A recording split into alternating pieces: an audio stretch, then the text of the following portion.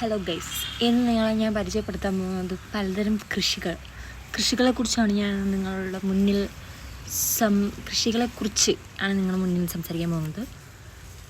ഇന്നലെ ഞാൻ പറഞ്ഞ പോലെ വാഴക്കൃഷിയുണ്ട്, ചീര, പിന്നെ കുരുമുളക് കൃഷി, അങ്ങനെ പലതരം കൃഷികൾ. ജോലിയൊക്കെ നിർത്തിയിട്ട് ഇവിടെ നിന്ന് വന്നാലോ, ഇവിടെ വന്ന് ചിലപ്പോൾ അവർക്കൊരു ബുദ്ധിമുട്ടായാലോ. അത് നോക്കൂ, അപ്പനവിടെ ചെടിയല്ലല്ലോ, ചീരയ്ക്ക് വെള്ളം ഒഴിക്കുന്നു. നമുക്ക് എന്തെങ്കിലും ഹെൽപ്പ് വേണോ എന്ന് ചോദിക്കാം അപ്പൂപ്പൻ്റെ അടുത്ത്. ഞാൻ സഹായിക്കണോ അപ്പൂപ്പ?